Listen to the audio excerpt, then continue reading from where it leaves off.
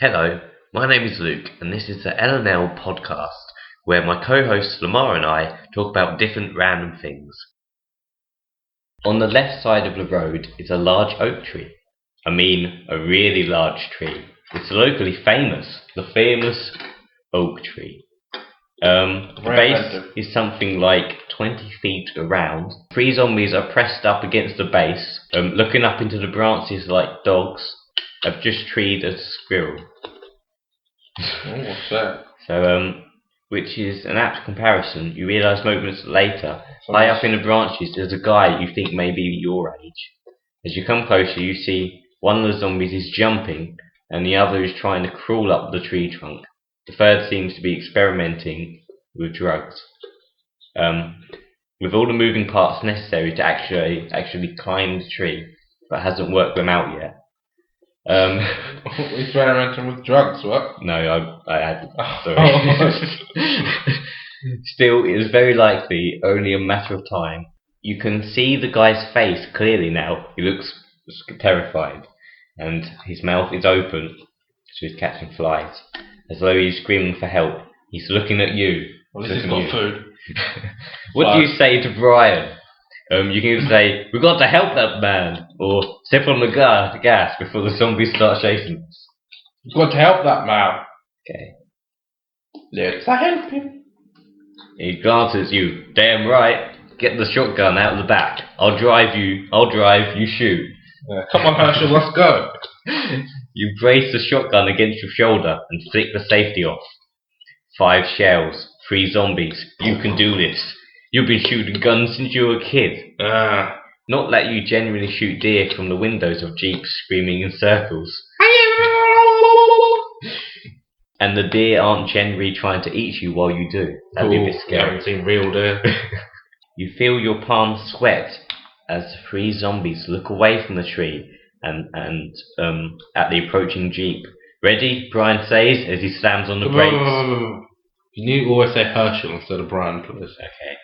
"Ready?" Herschel says, and slams on the brakes before you can answer. The lurch of the jeep spoils your aim, and your first shot goes wide. The female zombie starts briskly towards the jeep. You raise your gun again and blow her head. I'll tell you what. Sam blows. She's good, mate. You see the shower of brains go up as she falls over. 1 down. I haven't got a text of... So, no, you're telling me I gave her... She was doing something to do with a blow. I gave her a shot in her head. And her brains blew out. I'll tell you what, it is really that powerful. Oh, no. Brian hits the gas hard and you whirl away. "We'll come back for another pass." He hits gas. "We'll come back for another pass," Herschel says, and only then do you see how close to the window the other 2 zombies got. Both are male, or were in life. 1 young, 1 older. "Ready?" Herschel says again, and slams the brakes.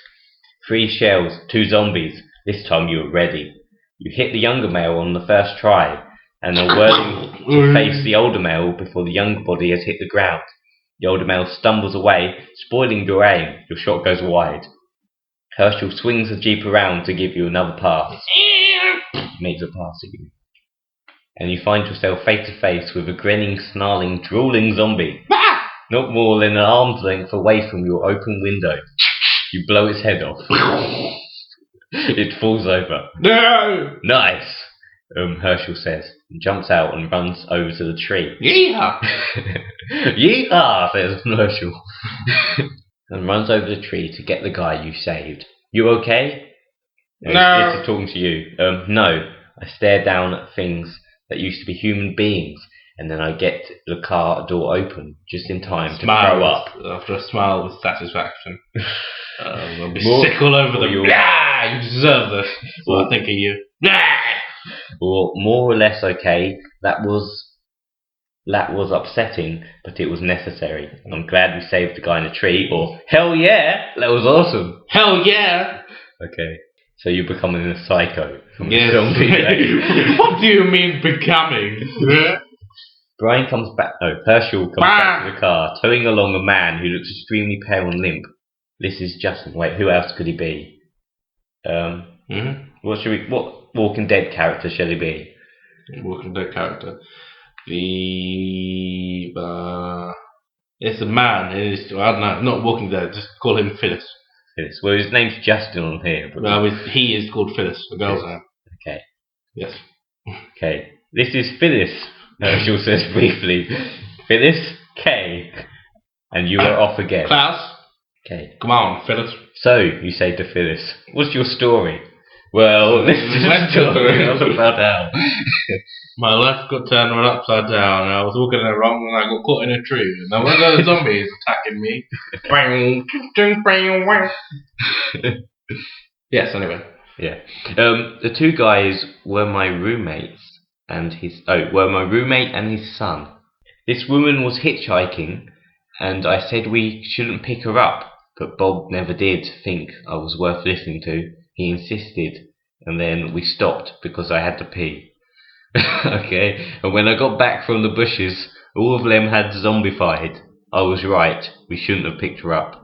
So, either he takes a very, very long time to pee, or when when Herschel said you may have been bitten but you haven't turned yet, he was lying. Either you get bitten and turned instantly, or not. I don't know, because some zombie films and stuff have it. It takes different times for different people. Oh, well, fair enough. Oh yeah, in Walking Dead at the moment, it's if you die by any means. Now it's been revealed. Yes. And that with Shane's death. Oh, yeah. Spoiler. If anyone doesn't want to show. Good riddance. Okay. Oh, this is probably going to explain it. Actually, how long was she in the car with you first? Herschel asks sharply. What? I don't know. What do you mean? You know how long it takes for someone to turn if they're not killed. Brian says impatiently. If they're killed, we know it's almost immediate. Phyllis! Oh, yeah, sorry. No, Herschel. Yeah. If they're killed, we know it's almost immediate, but we don't know exactly how long if they're just bit and left alive. Okay. Fair enough. I don't know if Phyllis My rant was meaningless. I wasn't really paying attention. Oh, Phyllis. My actual name is called Phyllis. She's like 80 years old. I can't. Her house exploded last week. Oh. Long story, so I won't bore you with the details. But yeah. I don't know, Justin says again. Phyllis says again. I wasn't really paying attention. Well, ballpark, Glenn. An hour? Half an hour? 5 minutes? 5 minutes? I said I don't know, Phyllis says.